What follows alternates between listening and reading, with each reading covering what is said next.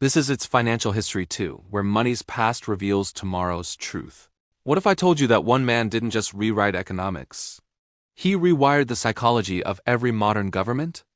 A man who convinced nations that fear could be defeated with debt, and that saving, in a crisis, was an act of sabotage. This is the story of the economist who changed the world more than any president, king, or dictator ever did. Welcome to the Its Financial History 2. He didn't just change economics. He changed how governments think about fear, power, and money. John Maynard Keynes wasn't a politician or a revolutionary, not in the traditional sense. He was something far more dangerous, a man who taught entire nations to spend their way out of despair. For centuries, debt was a sin. Deficits were moral failures. Balanced budgets were a sign of honest governance, a kind of fiscal purity. But Keynes flipped the moral code.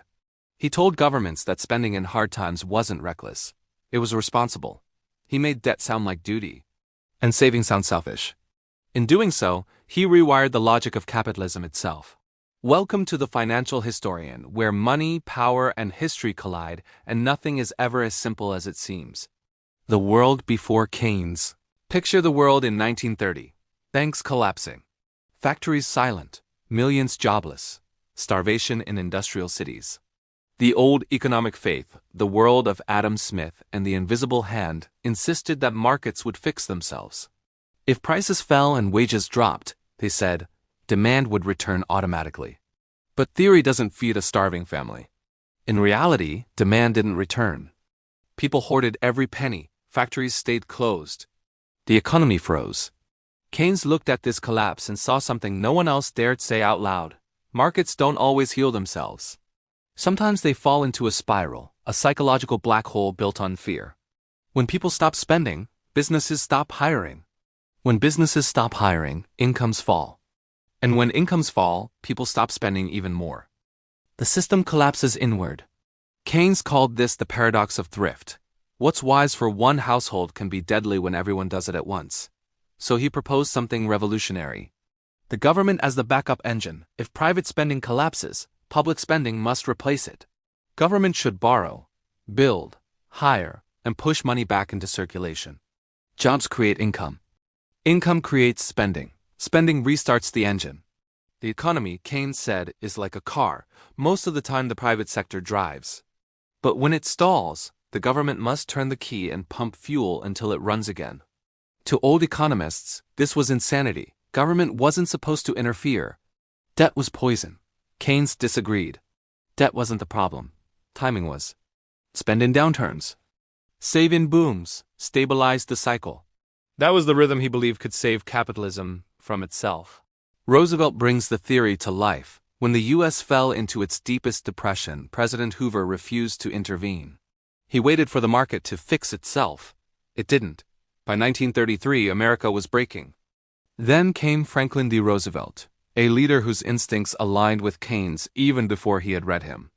Roosevelt's New Deal was massive public intervention, dams and power plants, roads and bridges. Millions hired directly by the state, artists, writers, teachers, builders. The government became the nation's largest employer, and slowly the economy began to breathe again. But the final proof didn't come from policy. It came from something far darker. World War II. Keynes vindicated. When World War II erupted, governments did exactly what Keynes had urged. They spent without hesitation. Factories ran day and night. Unemployment vanished. Production exploded. The war was a horrific tragedy, but economically, it became the ultimate Keynesian experiment. And it worked. For the first time, a depression ended not through austerity, but through overwhelming demand. After the war, Keynes's ideas became global doctrine. Bretton Woods, the welfare state, Reconstruction, the golden age of post-war growth. Keynes had saved capitalism and given governments a new kind of power. The hidden cost, dependency, but success created temptation.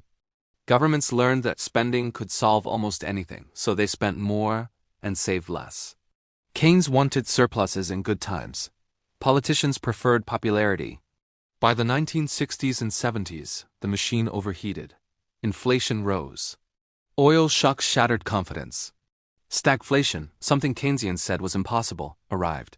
His critics declared him dead. Keynes returns from the grave. But economic theories never truly die. In 2008, when global markets collapsed, governments reached instinctively for Keynes's playbook. Bailouts, stimulus, quantitative easing, interest rates at zero, trillions created overnight. Once again, it prevented total collapse. But the money flowed into financial markets instead of workers' pockets. Stocks soared. Wages stagnated.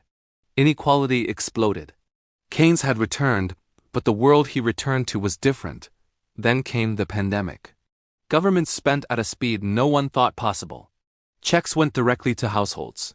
Central banks printed at historic levels. For a moment it worked until inflation came roaring back. The modern world. Keynes without the limits. Today, Keynes's logic is everywhere, and that's the problem. Stimulus is no longer a temporary tool. It has become a permanent habit. Spend during downturns. Spend during booms. Spend to prevent crisis. Spend to win elections. The result?